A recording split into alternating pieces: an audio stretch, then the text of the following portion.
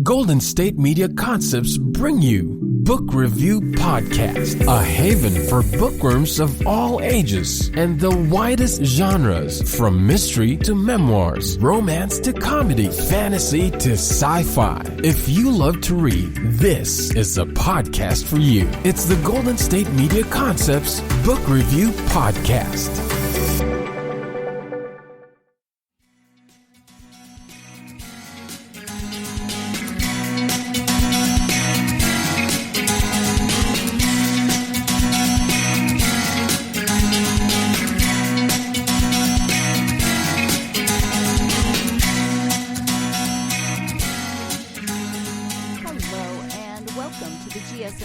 Book Review Podcast, brought to you by the GSMC Podcast Network. I am your host, Sarah, and I hope you're having a good week and that you have something fun planned for the weekend. Now, you know me well enough by now to know that my fun plans would tend to include reading a book, but, you do you. Just because you're listening to a book review podcast does not mean you're going to spend your entire weekend reading, but if that's what you're going to do, then I encourage you to build a pillow fort and get some leftover Christmas candy. If you have any left, stock your pillow fort with your favorite warm beverage and your favorite leftover treats, and or make some new treats and just read. That sounds lovely. I think I should look into that. At any rate, if you are looking for new books to read, I am here to help you out. As always, I have a new book to talk about and a new author for you to meet. Today I am interviewing author Marc Watson about his new book. It's called Between Conversations, Tales from the World of Ryuujin. And the description of the book is as follows. In the world of Ryuujin, heroes rise and fall, but there are always stories that slip through the cracks. The tales of the people who shape the years to come. Heroism and betrayal. Conversations between friends and enemies that will change the course of the world. These are 9 stories from a world that is historic, modern, and terrifyingly futuristic.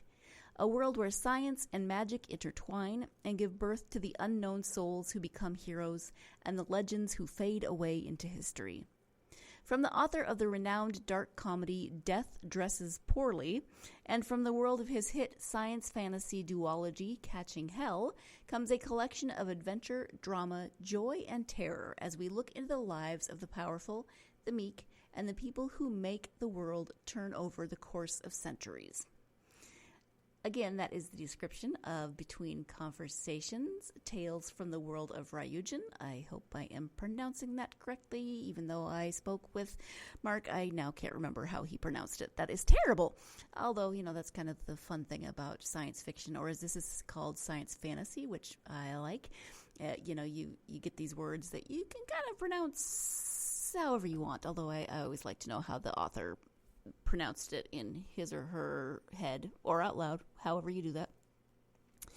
Again, this is 9 stories, and it is from a world that he has written about before in a duology, the Catching Hell duology. So you get some more, you get more information. If you've read that duology, you'll get more information on that world here. And as it says, it's past, it's present, and it's future. So you get different time periods, different viewpoints, all that good stuff, kind of filling in some of those gaps in that world, and doing probably a little bit more world building. So it's always exciting, I think, when you've read a series or a duology in this case, and then you get more information on that world and those characters, or maybe not those characters, but that world and the history of that world, what made that world what it is or was or will be in the books that you read.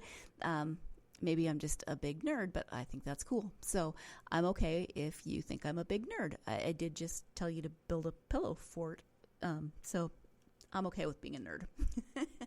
Why don't you crawl into that pillow fort and listen to this interview? Let's go ahead and turn to that. Again, the author is Marc Watson, and his book is Between Conversations. Let's get to that interview. Hi, Marc. Welcome to the podcast. Thank you very much for having me. I'm happy to be here. I am happy to have you here, and we are here to talk about your collection of short stories. It's called Between Conversations. Before we get to that, though, if you could share a little bit about yourself, that would be great. I would absolutely love to. As you said, my name is Marc Watson. I am a genre fiction author from Calgary, Alberta, Canada.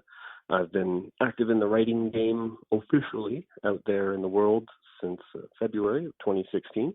I have 4 books to my name, plus 2 published short stories. My debut novel was Death Dresses Poorly, followed up closely by my epic science fantasy, Catching Hell, Part 1 Journey and Part 2 Destination.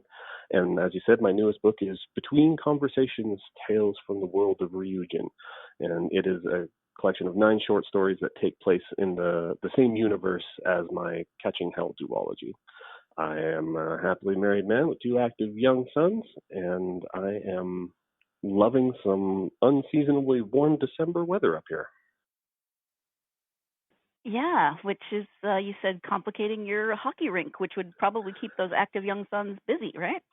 It would. That was the whole, I usually have a hockey rink, but I got started on it a little earlier than I normally would this year. We generally don't get a good rink down until about Christmas time, and my Christmas vacation allows me time enough to work on it properly. But with lockdowns and everything else happening all around us and not knowing what's going on and our actual hockey leagues canceled, I was like, oh, I'm going to get it up and I'm going to get it ready to go. And now, as I said, unseasonably warm weather, like high 50s. We touched 60 the other day, and I'm thinking it was a bad idea. I've got the ice, but the ice is soft and gooey, and it's not very good. So it looks fantastic. I've got lights back there and everything. It looks great, but it's totally unusable. Yeah, like skating on a slushie. Yeah, exactly. It wouldn't be any fun, and then it would ruin the liner, and the dog would get all wet. It's going to be terrible. So I will wait. Cold weather's supposed to be coming this week, so it should be okay. Good.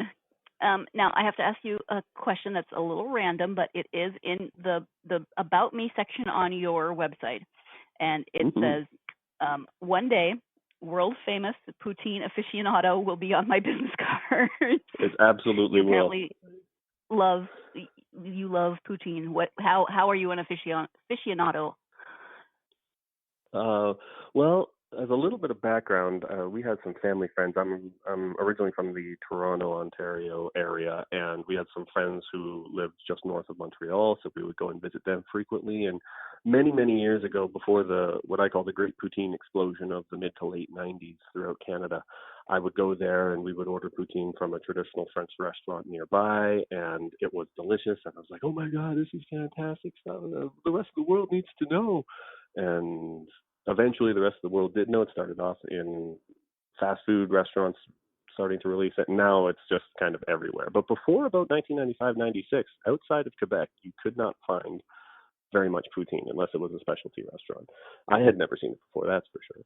So it was a bit of a revelation for me that it was such a great food. And my aficionado comes from the fact that I used to go and I used to eat this traditional poutine, but I'm sitting on the outside looking in, and I gained a particular appreciation for it that I think most native Quebecers would probably just turn their noses up at, but that's okay. That's what they do. They're Quebecers. And I started trying different poutines from all around, and it's actually kind of what started this new writing journey. Like I say that I started in February of 2016, but before that I had started writing reviews for local poutine, and it was the writing for those reviews and the taking pictures of them that really started getting my fingers flying again and made me realize, hey, I can do something with this. My intention was to have a website dedicated to local Calgary poutine reviews, and somebody at some point would give me a free poutine. And that was my goal. I keep very reasonable goals. And that never happened, but it turned into a successful writing career, so I guess that's good. Wow, so that's an amazing story of your writing career. I love it. Now, I have never had poutine, so I cannot speak on it. But if I ever do, I will check with you as to where to get it. Absolutely, I will. Even if it's a fast food chain versus like a one-off one from coast to coast, I'm pretty sure that of the 10 main provinces and 3 territories that we've got, I have not had a poutine in two of them, three of them, two of the territories in one province. All the rest of them, I've had a poutine somewhere. So I can point you in the right direction, no matter where in this great country you happen to go. Nice. Okay, so we are, not actually here to talk about poutine, although that would be an interesting podcast. Oh, man. I know. Let's talk about your book. Okay, It fine. is, as we said, a collection. Okay, I'm sorry. Okay. So it is a collection of short stories. It's called Between Conversations. Can you give kind of an overall premise for the collection? Yeah, absolutely. So as I said before, it takes place in what I call the Ryuujin world, hence the tagline, and it is a world very similar to our own and based on a lot of the same rules. And it takes place in a series of 9 stories that start in about the year 1600, and they move forward to thousands of years in the future. So in this world that I've kind of crafted and that I have personally written in since I was about 15 years old, it gets destroyed a lot. We often make a lot of mistakes as human beings, as we are wont to do, and it has fallen 3 times in something called the Falls of Man.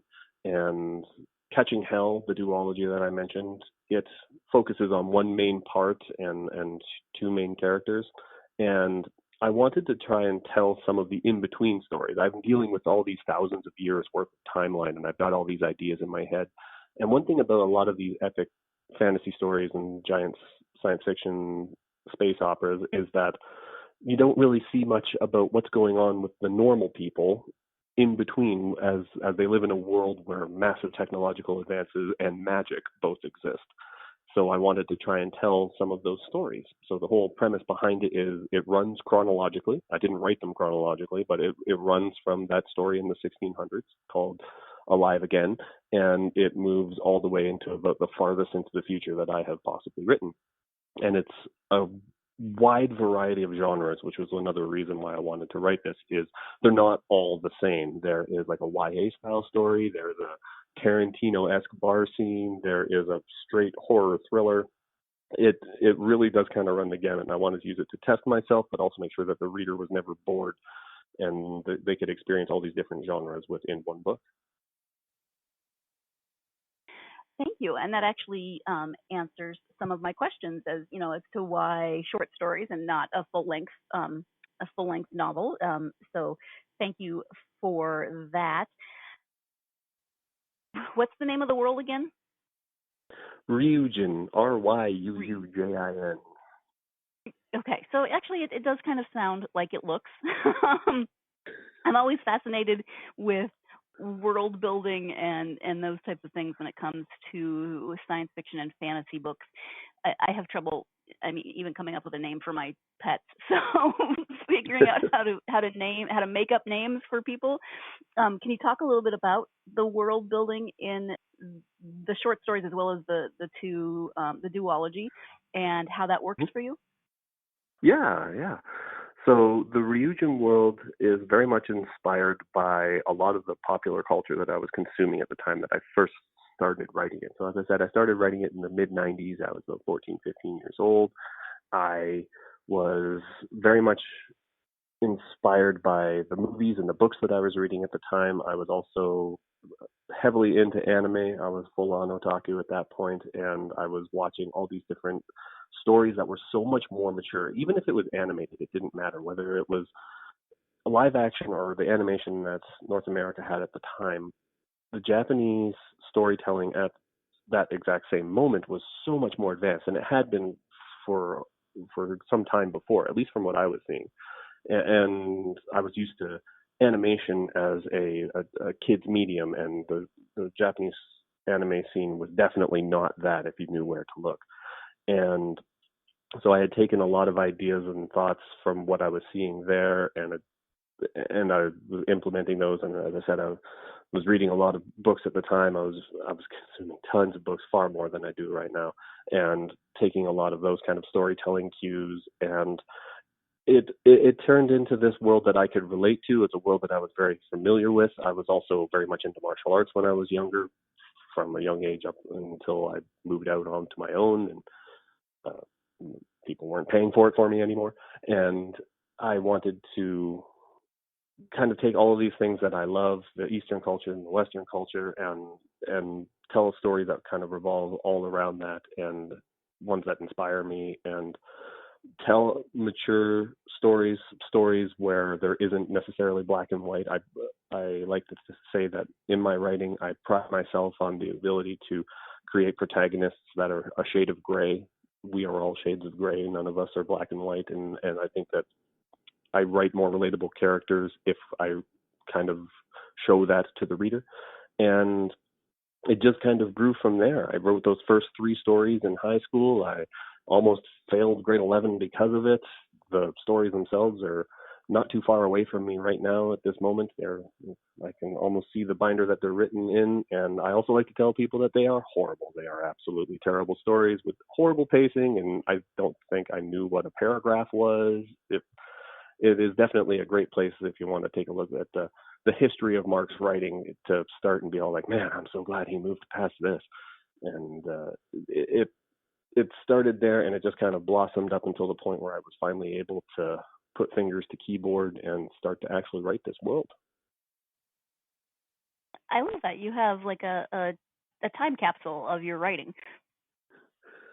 It is, and it's something I was really, really proud of, and I'm still proud of to this day. But now that I've been in this world a little bit, and I've seen so much either reading or in editing in my own work, and I go back and I take a look at it, and all I can do is smirk at myself. And I fully intend to go back and kind of rewrite these. I think that they're key parts of this particular world that I've written, but I cannot get through like a page without like, oh, this is terrible. This is horrible. What was I even? Oh my God. Oh, you're such a tropey hack, Marc Watson. Good God. And I never really got out of that. I actually kind of pride myself on leaning into these tropes. And I think that tropes are really important in the stories that we tell, because there's a reason why they're tropes, because they're popular and people like them. And why would we deny people what they like? But these are absolutely like the seed. These are not the tree. They are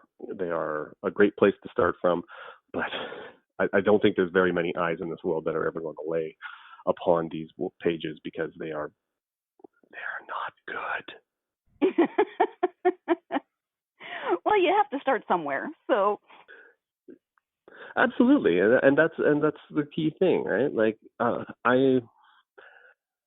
I'm sure we'll have a chance to talk about it at some point, but I mean, a lot of the inspirations that I was getting when I started writing were for people my own age, and they were so much more talented than me. So everybody's got to start somewhere. Like, I started writing this, and it was hot garbage, but there's something there, and there, even if it was just to act as a catalyst for what I would eventually become and what I would eventually do, it served its purpose in spades, and I am thankful for that. And as I said, I'm still proud of it. Like, it's pages and pages of pen to paper, handwritten. I still have the dent in my finger from pressing my pen against it, from writing so hard for so long. So, oh wow, it's always a part of me. Always a part of me. We are going to go ahead and take our first break of the podcast. I love listening to authors and other people as well talk about their early work. You know, the first times we try anything, you're going to improve from that first time. I go back and listen to some of my first episodes, and I just cringe. I'm fairly horrified that anybody, you hear about actors who, whether apocryphally or not, try to buy all of the copies of their first terrible movies or acting jobs and get them out of the world, even though that's not really possible with the internet now. I mean, I feel that. I sometimes think, please, nobody ever go listen to that particular episode. I was terrible. So I just think that's kind of fun and quirky and human. I think everybody has those moments. So let's go ahead and take our first break of the podcast, and when we come back, we'll be highlighting a few of the stories from this short story collection. So stay tuned. You're listening to the GSMC Book Review Podcast, and I will be right back. The GSMC Life and Happiness podcast takes you on a journey of exploration. We'll discuss tried and true methods alongside the latest trends of how to best live your life to its fullest and happiest. From psychology to meditation, science to self-help books, the GSMC Life and Happiness podcast will help you to discover what makes you happy and how you can live life being the best you possible. Download the GSMC Life and Happiness podcast on iTunes, Stitcher, SoundCloud, Google Play, or anywhere you find podcasts. Just type GSMC in the search bar.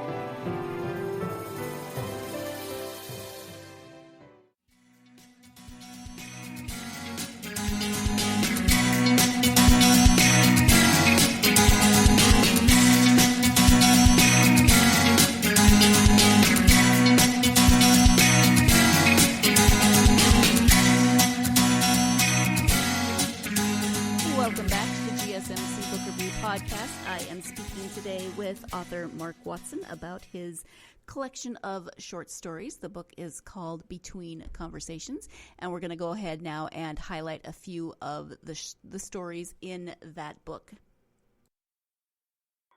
Well, in terms of the short story collection, are there one or two of the stories that you would like to highlight? I mean, I would love to know about all of them, but that might be a little more time than we have.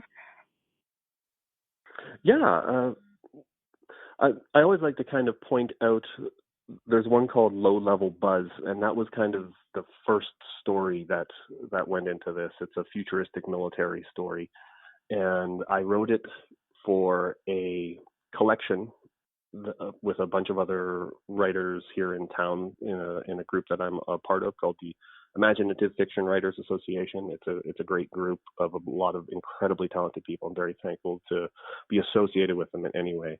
And I had written two short stories to try and get into this anthology that they were putting together, and the other one was picked up, but I still had Low Level Buzz, and I intentionally wrote it in this Ryuujin world, only not connected to any of the main characters I've already highlighted in other stories. And I'm like, yeah, this is kind of what I wanted to do. And I'd already had the outline for another story that was in there. So if you really want to see where it's got started from, I think that Low Level Buzz is the best place. And I love highlighting probably my favorite title that I've ever written, and that is 6 Shotguns in a Suicide Slide. And it's the aforementioned Tarantino-esque bar scene.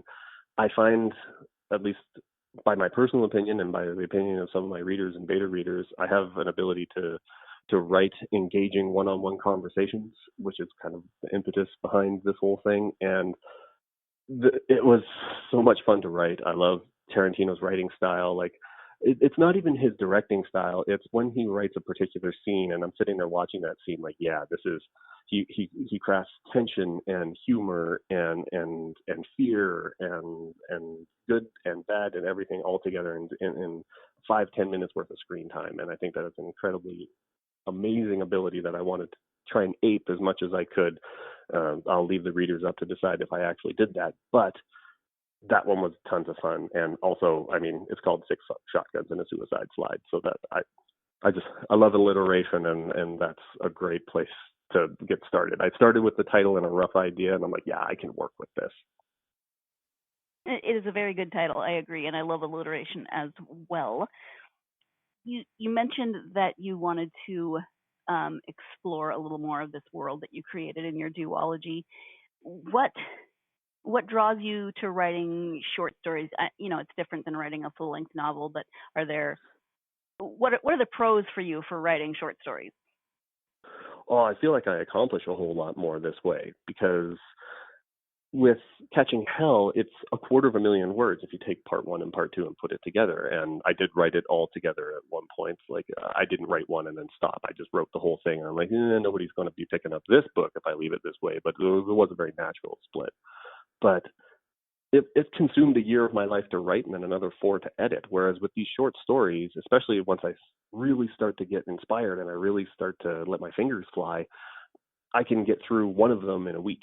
And I feel a great sense of accomplishment that way. And by the time I'm done, I've got these 9 stories. Now, calling some of them short is a bit of a stretch. The horror thriller that I mentioned, which is A Church in the Three Valleys, it's definitely closer to novelette kind of territory. I think everybody kind of has their own personal idea of how long a novel, a novella, a novelette, a short story, like everybody's got their own.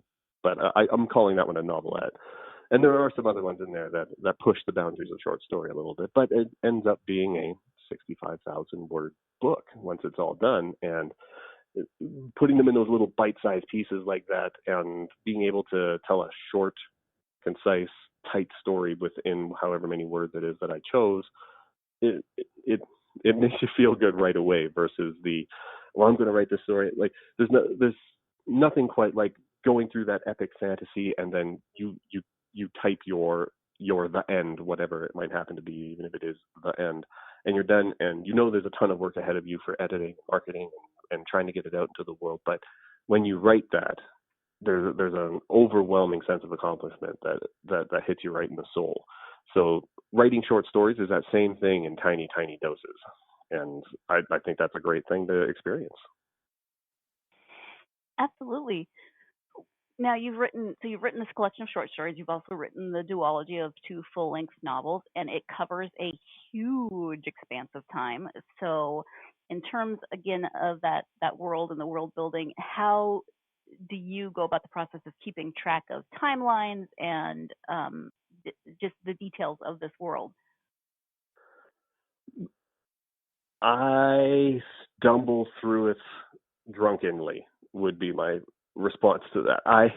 I do have a rough idea, but I am a pure pantser, 100% pantser, because I think that's how I'm the most comfortable writing, and I think that's how my writing becomes at its highest quality, when I just kind of verbally vomit a whole bunch of interesting story ideas down, and then I try and tie up the loose ends later. I'm not saying that you're going to be able to get through this and you'll be like, oh, the timeline doesn't quite work right here. There is a timeline in my head. I freely admit that it is a loose timeline. I do my best not to date stories, particularly in the short story collection. Just like I want them each to stand on their own. You do not have to be familiar with this world that I have crafted and the characters that I have focused on in the past in order to enjoy this collection. I wanted to make that very clear.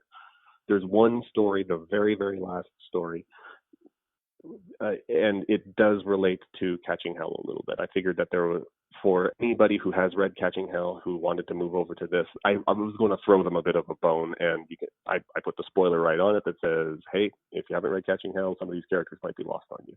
But the other 8 stories, they stand alone, and it's not something where I'm like, 1,000 years ago this happened in this story, and then like in the next story it takes place and it's like, well, hey, remember 1,000 years ago when that thing happened, and they detail something from the previous story. I don't tie them together like that.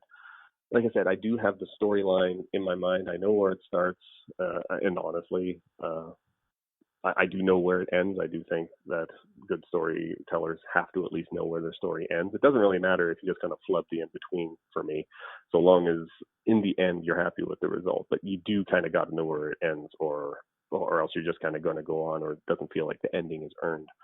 And so far for the stories that I've got, I haven't had a whole lot of issues with, oh no, that doesn't really jive. It doesn't really make sense to do it this way, or so no, it's been okay so far. I think as I move forward and hopefully write more of these stories, I am going to have to pay a lot more attention to my previous notes, like, oh, I can't do that because this was already happening at some other point in the world. But I'm not there yet. Hopefully I get there. I'll consider that a sign of further success if I really have to go back and critique my own work for continuity and that kind of thing. Well, and in this day and age, I'm sure if you miss something, you will have readers who will point them out to you online. I hope so. Isn't that the sign of success, especially for a genre fiction author? Whether it's in TV, movies, comics, whatever, when somebody points out those continuity errors and they're like, well, actually, you can't do this because on page 156, so just like, I pray for the day I have fans that passionate. I really do. Maybe they're out there right now and I haven't screwed anything up yet, but I haven't had that confrontation yet. But I look forward to it. I love critiques as much as I love praise, probably even more so, because you can get a lot more out of it in the end, right? Like you learn more from losing than you do from winning. And I look forward to that conversation when the day comes. what then are you working on now? Not a whole lot, honestly. I know that there's a lot of authors out there who are like, well, this pandemic has been an absolute godsend for my creativity and writing and doing this and that, and I am not of that ilk at all. I'd say since things got started back in March, I have written maybe about 5,000 words, I'd say. I mean, I've been doing other things. I wrote Between Conversations I finished it at about this time last year. So I spent a lot of time learning how to do it myself, because I knew that I was going to self-publish this one. It's my first self-published work. The other three are all traditional. And I wanted to learn more about that world and really kind of embrace it and do it justice. I know people who've been very successful in it. I didn't want to kind of half-ass it and make a mockery of what they make their livelihood doing. And somewhere in the back of my head, there's an ending for a story that I've been writing for far too long. It's a urban kind of paranormal thriller, and I wrote it because I wanted to write a story that my wife would enjoy. My wife's not a very voracious reader, but if you catch the right story, she'll absolutely read it. And I kind of wanted to write something for her, or at least people like her. And I'm, I don't know, maybe 2/5. No, I'll give myself 3/5. I'm past halfway, and I cannot get to the ending, no matter how hard I try. So I will say that I'm working on that, and by working on it, I mean I'm going to go back and like re-edit a couple of chapters and be like, well, I could write something. I was like, but then I'm going to get closer to the ending, and I just got to buck up and do it, because I'm sure that I can write an ending, and that's why we have editors and beta readers to try and help us out with those kinds of things. But that's not really who I've ever been as a writer. So I'll say that I'm working on that, but I'm telling you the truth right now is my working on it is loose at best. I completely understand. You know, everyone has reacted to the last 9 months or so differently, and I totally understand. Pandemic brain happens. As we go into our second break of the podcast, we can all ponder pandemic brain and if it's going to go away ever. The pandemic may go away. The pandemic will go away. The pandemic will, not be the same as it has been for the last 9 months. But will our pandemic brains ever go away? I sometimes worry that mine will not, that it's here to stay, that I'm just going to be a little scattered forever due to the events of 2020.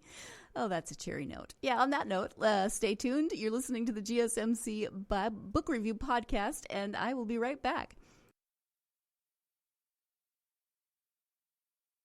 Tired of searching the vast jungle of podcasts? Now listen close and hear this out. There's a podcast network that covers just about everything that you've been searching. Hey! The Golden State Media Concepts Podcast Network is here. Nothing less than a podcast bliss with endless hours of podcast coverage. From news, sports, music, fashion, cooking, entertainment, fantasy, football, and so much more. So stop lurking around and go straight out to the Golden State Media Concepts Podcast Network. Guaranteed to fill that podcast itch. Whatever it may be. Visit us at www.gsmcpodcast.com. Follow us on Facebook and Twitter, and download us on iTunes, SoundCloud, and Google Play.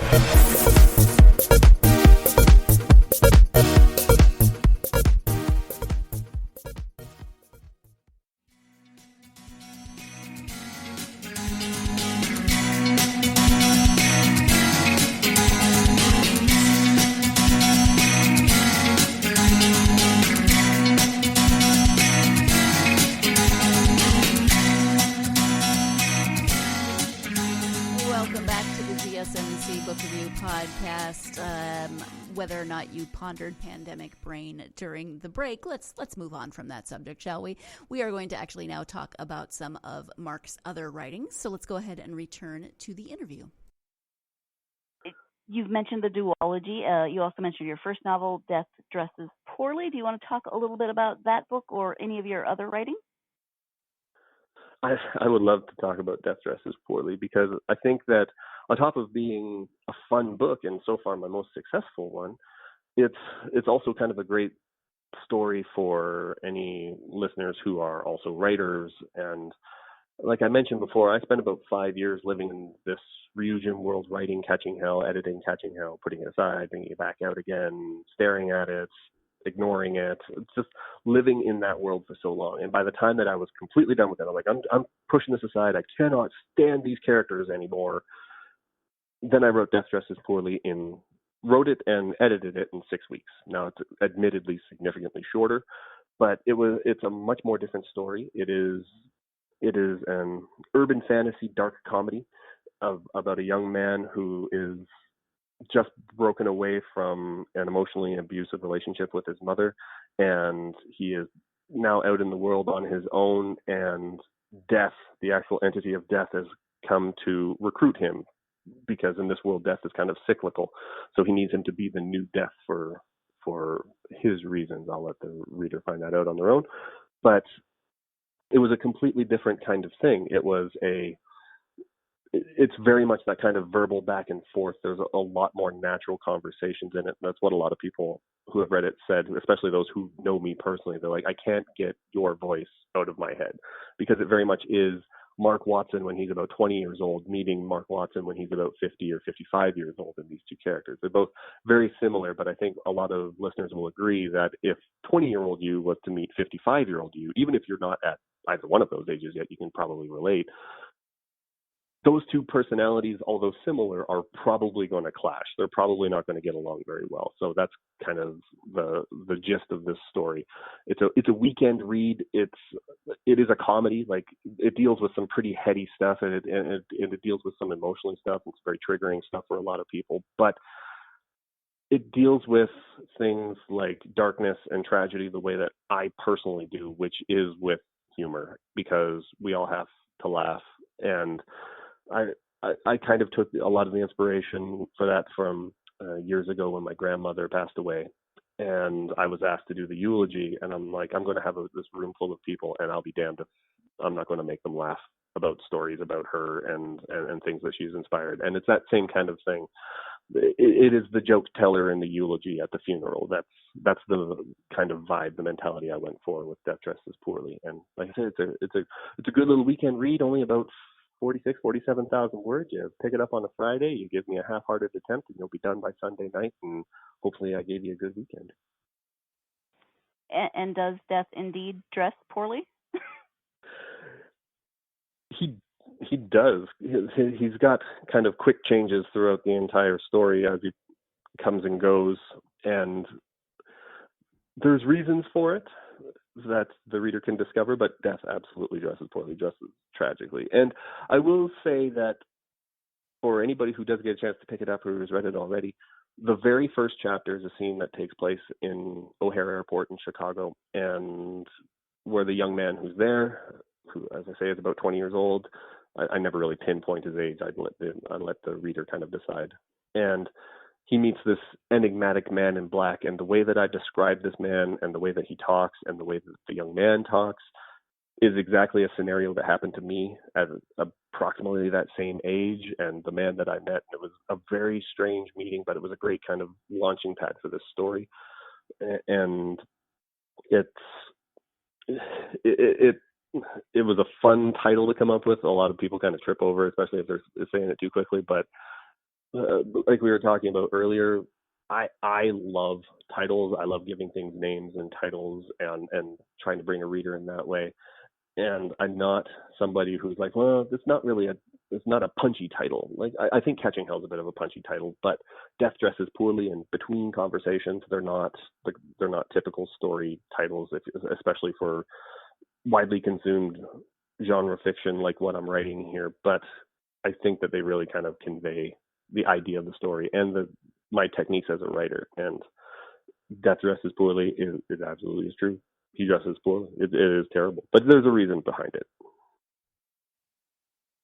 Well, as long as there is a reason behind it.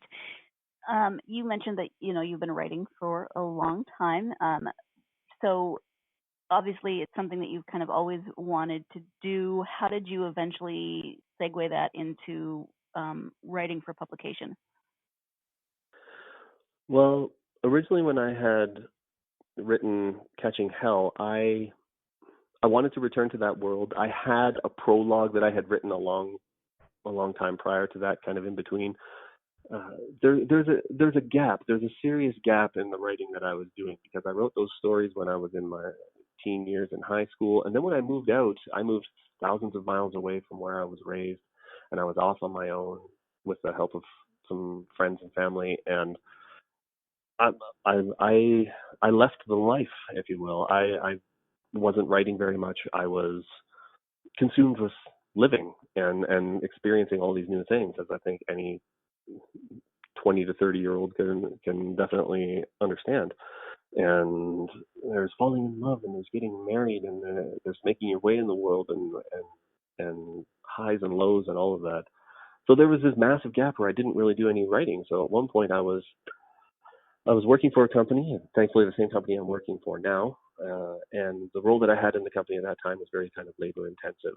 So hard on the body, but not so much on the mind. And I would take my lunch hours, I'd take my laptop up to an empty cubicle on one of the floors, and I would plop myself down in it, and I would just write, just for the sake of giving my brain something to do.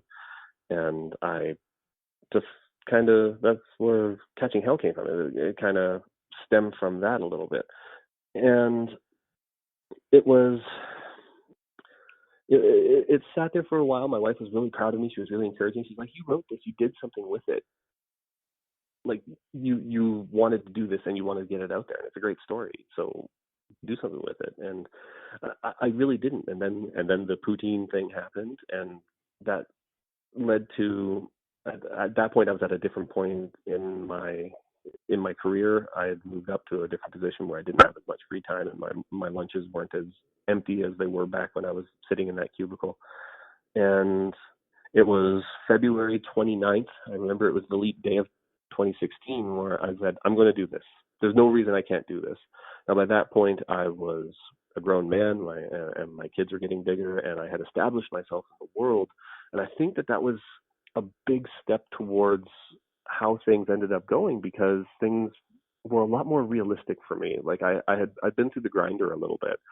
Obviously not as much as I've been through now, or I will go through in the future, but that wide-eyed optimism of the teenager who was like, I'm going to be a writer, and I want to be a voice actor, and I want to do all this, it had faded away. It's not gone completely, but it got a lot more refined, and it turned into a more understandably realistic writing career, which is where it ended up now. So at that point, I started to re-educate myself. I started taking some classes, some English classes, at Athabasca University, which is an online university, which actually isn't located that far from Calgary.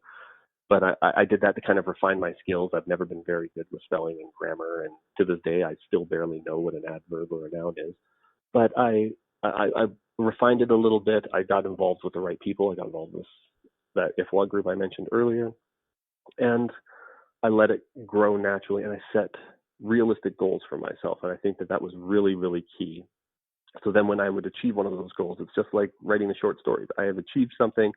Now I'm going to go out and I'm going to achieve something else. So I set my big kind of personal goal, and I hit that, and I crushed it, and I felt fantastic about it. It made me really happy. And now everything after that point is just gravy. Which actually kind of takes you back to the poutine story. It does say, yeah, everything comes back to gravy all the time. Yeah. From your own experience, then, do you have advice for aspiring authors?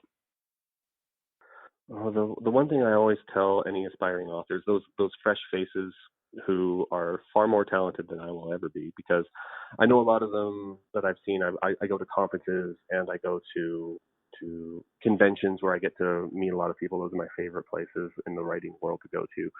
And the one thing that I think a lot of people are not telling them is that it's okay to go at your own pace. And there's a lot of kind of noise in the writing world about, well, you got to keep writing every day in order to be successful. I mean, Stephen King's famous for saying that, and he's a lot more prolific and talented than I'll ever be.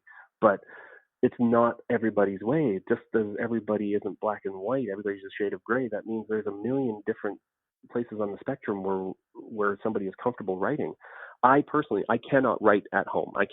Even if I had like the perfect little writing desk and you poured me a cold drink and you just let me go to it, I would just sit there staring at the screen. I work best in a cubicle at work or maybe at a coffee shop or something.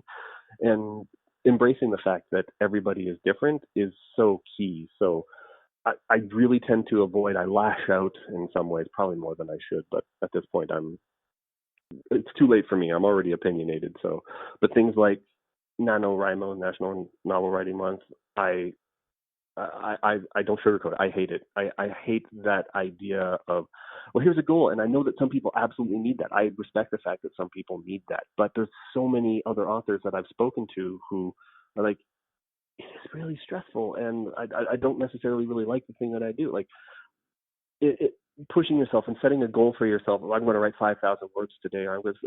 That's great, but by God, don't judge yourself by how successful or unsuccessful you are setting those goals, because when you miss them and you feel bad about yourself on a self-imposed goal for a competition that doesn't even really exist, it can be so damaging. And I've seen so many people who are really talented writers come back and be like, I kind of gave it up because I couldn't really find the time to write.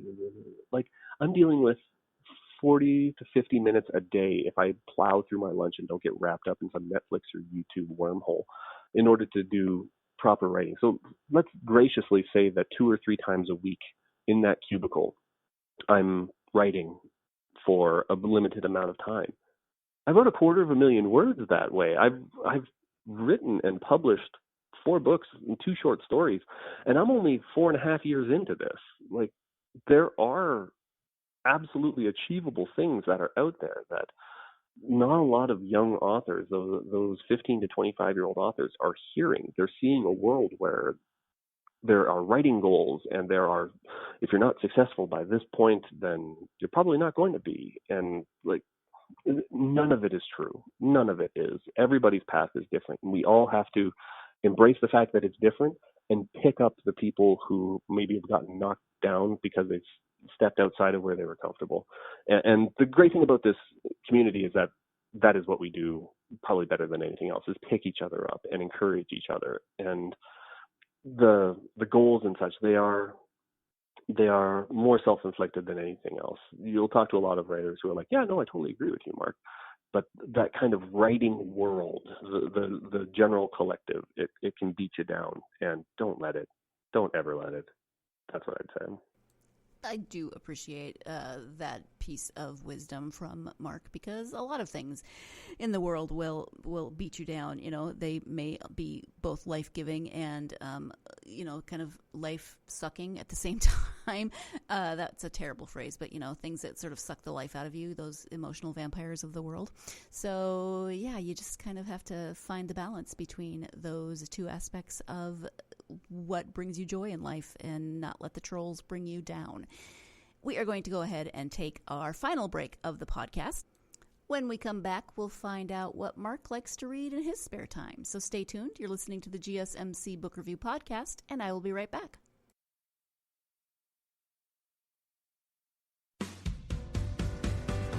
The Golden State Media Concepts Travel Podcast, the show that gives you advice on everything travel. We explore places you've always wanted to go, as well as giving tips for traveling in those places. We'll give you advice on the best sites for travel tips, information, and discounts. Join us as we travel the world, explore cultures, and meet new people. The Golden State Media Concepts Travel Podcast has got you covered. Download the GSMC Travel Podcast on iTunes, Stitcher, SoundCloud, Google Play, or anywhere you find podcasts. Just type GSMC in the search bar.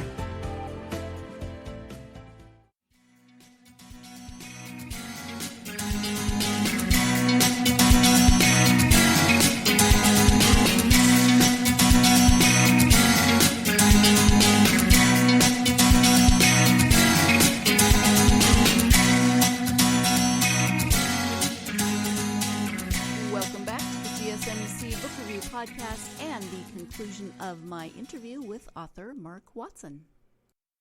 When you take time to read for yourself, do you have favorite authors and genres?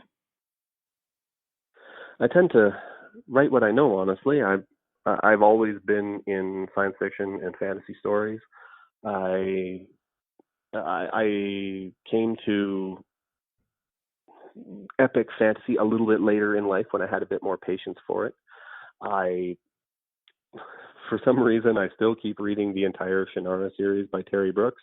I kind of got roped into it years ago because I didn't want to read like the classic sword and sorcery kind of stories. So Terry Brooks started writing some more urban fantasy stuff, and then he came out and he's like, "Oh, surprise! Guess what? These books you've been reading are actually all part of the Shannara series. So you might as well read that now." I'm like, "Oh, I might as well read that now," and I do. And I hesitate to say that I like them all, but I respect the hell out of every single one of them because he can tell the same story and the same tropes and everything, and he can still make it engaging. And I wish that I could have his ability to do that. I feel like I need to mix it up a little bit more, but he doesn't necessarily mix it up, but he still absolutely nails it, and that's good on him. But yeah, Terry Brooks has been a huge inspiration for me. Obviously Stephen King, but mostly his like fantasy stuff. I love Eyes of the Dragon. I love his Dark Tower series, even if I think it kind of got rushed at the end a little bit, but it's okay. He was having a bit of an existential crisis at the time. He was afraid he wasn't going to finish it before he died, so he really wanted to do that. So, but especially those kind of early Dark Tower stories, the Wizard and Glass, which is part 4, is one of my top 5 favorite books of all time. Just, it's a fantastic little piece of science fantasy and romance and coming of age, and I think he tells it amazingly. But yeah, Brent Weeks is another fantastic author. He's written a few stories. The Night Angel trilogy is really great, and he's about my age. He got started at kind of earlier in writing than I did, but I think he writes a lot like I would write if I had given it the kind of time that he has and the kind of thoughts. So yeah, that's mostly where I'm at, mostly what I'm reading. Well, I have to say that I love that you brought up Terry Brooks because I have read all of his. And two things. One, you pronounce it Shannara, which is how I've always pronounced it until a couple of years ago when I kept hearing everybody pronounce it as Shannara, and I can't get my brain to wrap around that. Okay, so I watched the TV show and they say Shannara, so okay, I'm going to go with that. The TV show, not great, but I wasn't expecting much because they put it on MTV. I mean, I guess you get your money where you can, I suppose, but I'm like, well, MTV's just going to turn this into something for like late teens, and they absolutely did. But I mean, they absolutely did. He has a TV show, and I don't, so I'm going to leave it at that. Right. So but my other comment. Oh, go ahead. I was just going to say they were saying Shannara on there for whenever they did actually say it. So I'm going to say that that's yeah. Yeah. Well, and the other thing is that my dad is a retired librarian. He's the one that got me into the series. He actually started me on the Magic Kingdom for Sale series a million years ago. But what we love about the Shannara series is that they're always having to leave in a hurry, and they go off with like a loaf of bread and some cheese, and they're out for weeks and weeks. That's it. And they're off on an adventure, and now suddenly at the end of it, one of them's a druid or something, right? Like it really is the same story told frequently. It's obvious where he wears his inspiration, especially for the original trilogy. It bleeds The Lord of the Rings. But that's okay because The Lord of the Rings is so classic for a reason. So I'm told. I don't know. Right. I've never actually read it. But that's another thing. That's stubborn Mark. I'm not going to read them. But I respect the crap out of them because I know that's where a lot of these stories began. That's where people like Terry Brooks took their inspiration. But Brooks turned it into something and has gone a lot farther. And yeah, he's got 26 books in this series if you take it right from Word and Void all the way up to the last one that he just released like last month. And I still read them. I still enjoyed them. At no point, like I will take a book and start reading it, be like, nope, this isn't for me, and I'll close it. Because if you don't catch me, my time is valuable, right? Like I got other things to do.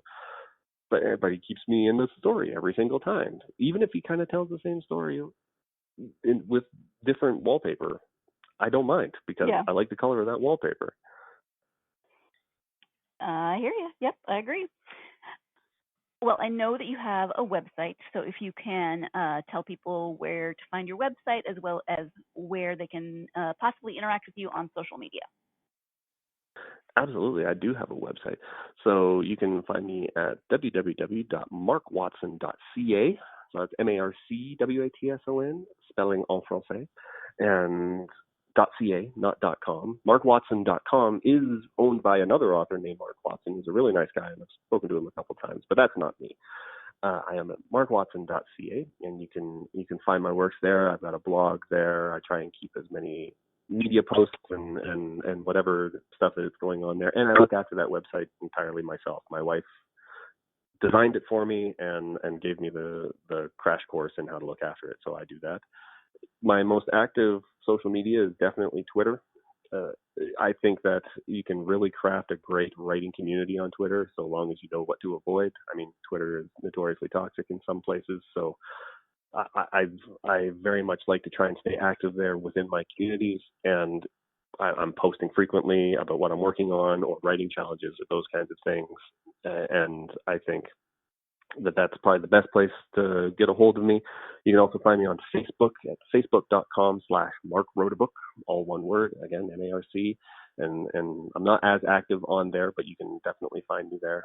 And you can also find me on Instagram. So on Twitter and Instagram, they are both at Write Watson, WRITEWATSON. And I always encourage anybody who has any follow-up questions or wants to engage in a conversation with me about this.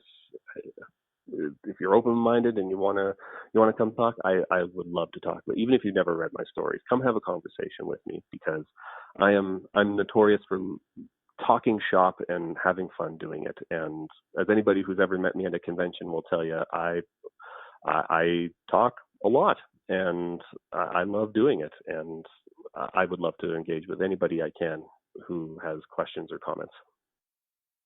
Thank you so much. We have talked about a variety of different things. But is there anything that we haven't covered that you want to mention at this point? Only that I hope that everybody who's out there who's listening to this is staying safe and staying healthy. It is an incredibly stressful time to be alive, particularly in this part of the world. And no matter how it is you're choosing to deal with it, making sure that we're respectful to other people and that we're treating each other with dignity. And we're coming into the Christmas season. I mean, it's never been more prevalent that we all just kind of got to be super cool with one another, no matter where we happen to stand on a million different perspectives. I think, especially over the last few years, we've lost sight of respecting other people's thoughts and opinions and bunching people all together, and that is so incredibly dangerous. And I mean, I'm watching it happen with my kids right now, and the things that they are seeing and consuming, and it worries me. And I know that I'm not alone there. Mental health is such a huge thing right now. Reach out to the people who can support you. Reach out to places that can support you if you feel that you need it, because now is the time where we should be happy and we should be celebrating. And I don't think that the world around us right now has the power to keep us all down so long as we keep picking each other up. Thank you. Yeah, I really appreciate that. And we're so close to potentially getting to the other side of this. So just hang in there a little longer. It's right there, right? We're so close, but there's still so much to happen between now and then. And and even when possible hope and solutions come around, it's not going to be a quick fix. Like the world got shut down, at least our part of the world got shut down on March 12th, and it's not going to be that same way when things start to fix themselves. It's going to be a slow build back up to where it was, and the expectation that it's going to be a light switch that turns back on and suddenly everything's open and where everybody's having wild parties again. It's an unrealistic expectation. As much as I would wish for that to happen. It's not going to be. It's going to be a new normal. We're not going to go back to the way we were exactly. Exactly right. So All right. Well, Marc, thank you so much. I really appreciate your time, and just thank you for talking to me about your book. And thank you very much for having me. I really appreciate it, and I had a great time. I love talking about my book. I'm incredibly vain, but I love a good conversation about it, and that's exactly what this has been. So thank you very much. Thank you once again to Marc for joining me to talk about not only Between Conversations, but also the duology that is in that same world and some of his other work, and just, writing and life and all of those things that we talked about. I so enjoy getting the chance to meet new authors, talk to those new authors, and I am very grateful that even in a world that is so different because of a pandemic, I still get to do what I love and talk to authors, because I don't do it in person usually. So I get to continue doing it via the joys of technology. So I'm greatly appreciative of that. I'm also greatly appreciative of you, my listeners. This would not be the podcast that it is without you. So thank you so much for being lovers of books and joining me each week to talk or to join in on these conversations with authors. I hope that you will, if you haven't done so already, follow us on social media, GSMC Book Review, Facebook, Twitter, and Instagram, and give us a nice review. Again, if you haven't done so already, it would be greatly appreciated. A 5-star review or a written review goes a long way to help us, get this podcast out to more people who love books like we do. So thank you in advance for doing those things. I know I say it every week, but I also say thank you every week. So just, you're used to it by now. I hope you'll join me again for the next podcast when I will be talking about another sci-fi fantasy type of book. This one is a young adult book. It is by Tracy Richardson. It is in a series of books that she has written that are connected. This book is called Catalyst. So I hope you'll join me for that conversation. In the meantime, have a wonderful weekend. Enjoy your pillow fort. Stay safe, stay warm, and take plenty of time to get yourself lost in a good book. Thanks. You've been listening to the Golden State Media Concepts Book Review Podcast, part of the Golden State Media Concepts Podcast Network. You can find this show and others like it at www.gsmcpodcast.com. Download our podcast on iTunes, Stitcher, SoundCloud, and Google Play. Just type in GSMC to find all the shows from the Golden State Media Concepts Podcast Network, from movies to music, from sports to entertainment, and even weird news. You can also follow us on Twitter and on Facebook. Thank you, and we hope you have enjoyed today's program.